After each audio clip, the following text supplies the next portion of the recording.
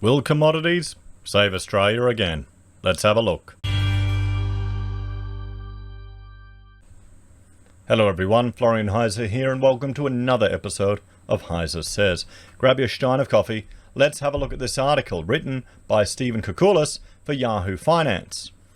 Mountain of good luck, optimistic sign for the economy. Now, Koukoulas is an economic advisor to, well known as a former economic advisor to Julia Gillard and an interventionist, one could argue. So let's have a look at his take on this. Commodity prices are in a frenzied boom, and with that, the Australian economy is experiencing a mountain of good luck. Now, we're going to see the exact same thing that happened last time during the GFC, where we had, natural resources boom spurred by Chinese manufacturing and construction drag us out of a recession. Maybe. Let's jump over to TradingView and let's look at some commodity prices right now. And we'll see silver's $27. Let's have a look here. What do we want to look at? We're going to look at, let's just look at coffee, 123. Nothing relevant to Australia, but still coffee's important, everyone, to all of us. It's the necessity of life. We've got coal here up at $82 US a ton. And iron ore is at $155.50. I remember when coal was much higher. If we jump over here, we'll go to 10 years. Once it loads up, when it was up around this level, over $100 back when, in 2011, when we were working on a lot of these mining sector projects, as the price went down, the investment that they were putting into some of these mines and the mining camps, it steadily declined as well. Yet we looked at one where to reduce the footprint, we went to a complete 2-story option, a stacked option up at Weeper. So it was interesting, definitely interesting days. But, we're kind of getting lucky with this iron ore price, $155. Can we count on it, guys? That's the problem. The commodity boom is delivering a major income boost that is helping to support growth and jobs in these otherwise troubling times. It is important to recall that changes in commodity prices are outside the control of any Australian policymaker. When they rise strongly, it is sheer dumb luck, and when they fall sharply, it is sheer bad luck. Yeah, that's the problem of the way our economy is set up. Now, all of this creation, all of this wealth that's being extracted, so essentially we're pulling things out of the ground, and there's a finite amount of it, and we're shipping it overseas. What are we putting that in? Are we developing, innovative education, or are we going high-end technology or manufacturing that can compete on a global scale? Come on, we're buying houses. As the Australian economy emerges from recession, and there is an uneven patchwork of strengths and weaknesses across industries and regions, it is benefiting from the fact that global markets have pushed the price for raw materials and commodities Australia produces and exports to near record highs. In January, the Reserve Bank of Australia Index of Commodity Prices, which is based on the export weights of Australia's commodity exports, surged to its highest level since September 2011. It is extraordinary to note that the RBA index has been higher for just 7 months in Australia's history, 3 months in the period from June to September 2011, and 4 months in the period from September to December 2008. It is a fabulous boom.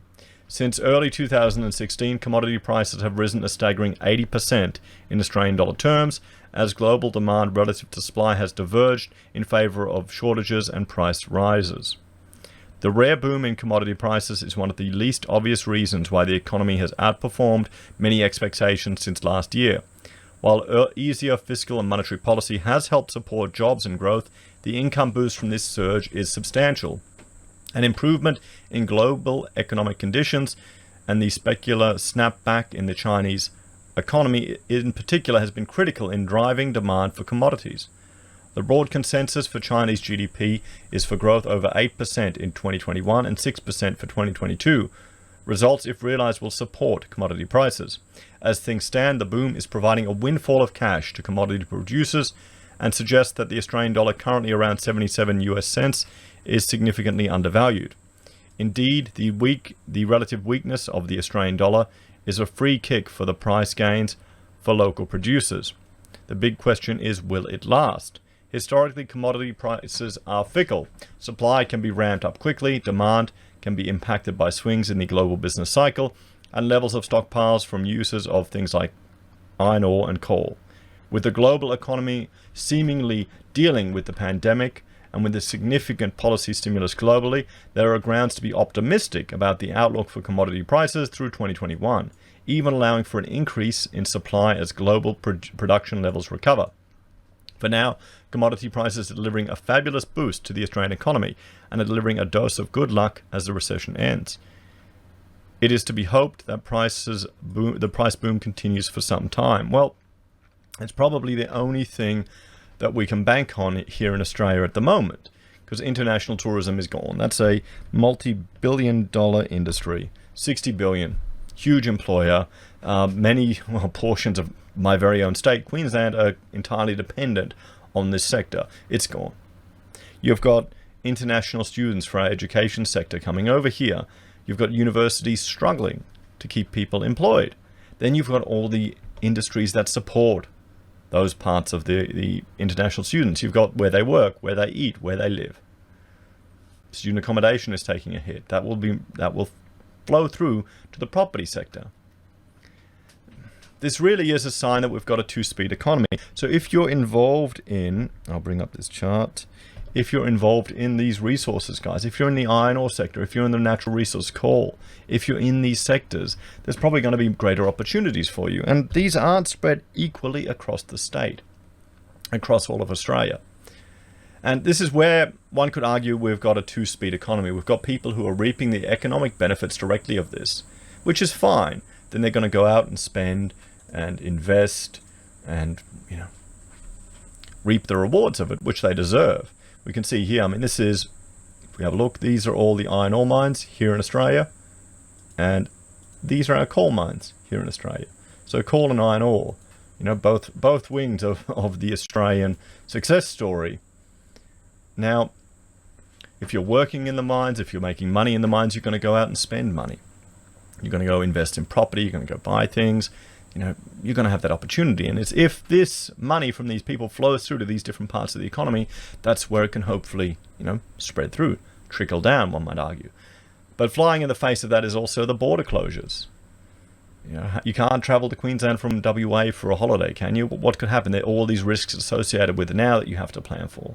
So it's going to be interesting to see if this boom from the resources flows through to the wider economy. I'm hoping it does.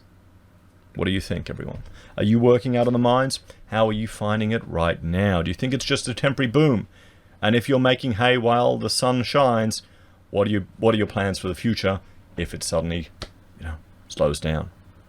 Anyway, guys, thanks for watching. Please like, share, subscribe to the channel. If you're a fan and enjoy the content I cobbled together here, there are a few ways you can support us.